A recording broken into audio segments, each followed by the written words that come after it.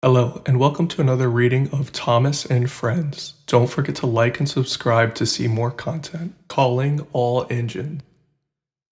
Summer is a busy time on the island of Sodor. The engines love to show travelers around the island.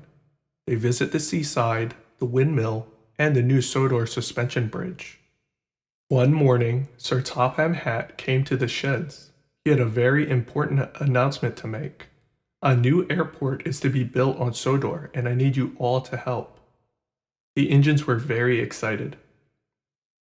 Thomas and Percy were coupled to a freight cars full of bricks and timber to take to the airport building site. Imagine all the travelers, chuffed Thomas.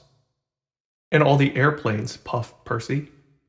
Then Airy and Bert arrived. Stinky steamies in the way again, mumbled Airy. Why do we have to work near them? Grumbled Bert. This made Thomas and Percy cross. They didn't want to work near the Diesels either. The Diesels were oily and they seemed very different to the steamies. Thomas, Percy, Airy, and Bert worked at the airport all afternoon. They shunted freight cars full of bricks and tar. The Diesels bumped Thomas and biffed Percy. Dirty Diesels, moaned Percy. I don't like them. Thomas and Percy had been so excited about working at the airport, but Airy and Bert were there, and now it wasn't any fun. That night, a hurricane swept through the island. It was the strongest wind the engines had ever known. All night long, the wind howled down the tracks. It tore down the trees and ripped off roofs. The next morning, Thomas gasped at what he saw. Bust my buffers, he cried. Look at what the wind has done. The seaside had been battered, the windmill was wrecked, and the Sodor suspension bridge had collapsed. Thomas felt terrible. Sir Topham Hatt came to see the engines. The hurricane has done lots of damage, he said sadly. Everyone will have to work even harder if we want to open the airport. Edward and Henry brought bricks to the airport building site, while Diesel arrived with a load of timber. But the Diesels weren't talking to the steam engines, and the steam engines weren't talking to the Diesels. Everyone was cross. That afternoon, Thomas had to collect some paint for the bridge. He puffed into the builder's yard to pick up the pots of paint. But Diesel was in the yard too.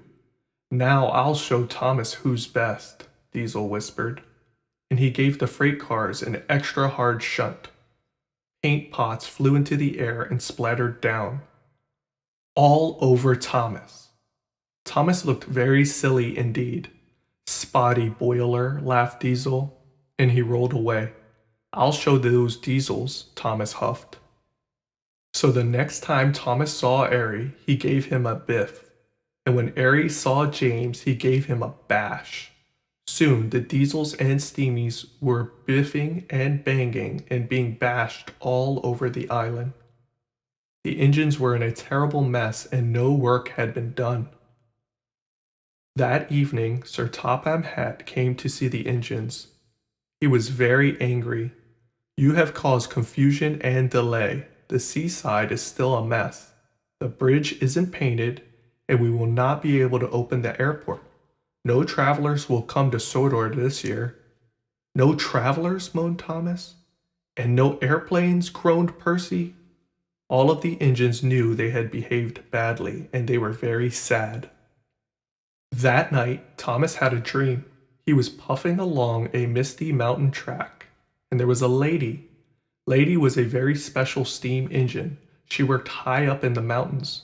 Lady was shunting trucks with Rusty the diesel engine. Thomas was surprised. We always finish our jobs when we work together, puffed Lady.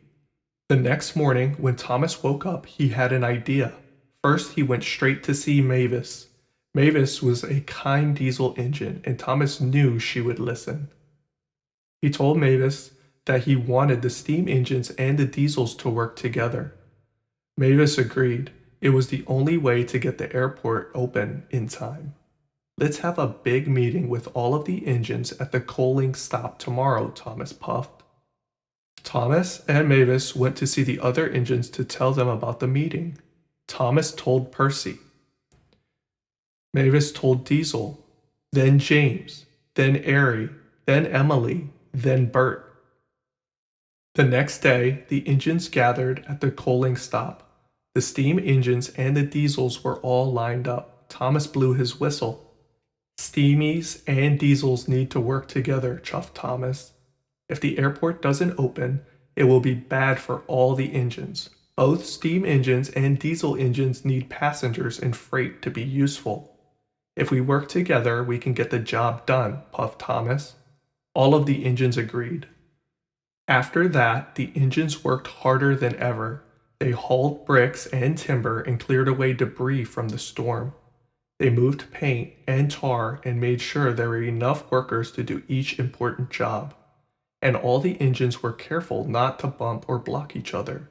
Even Diesel 10, the biggest diesel engine of all, agreed to help out. Soon the engines were even enjoying working together, smiling and joking as friends will do. Before long, the airport was finished.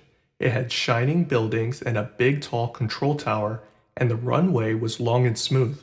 The engines were very proud and very excited. I can't wait for the travelers, puffed Thomas. And look, peeped Percy, here comes the first airplane.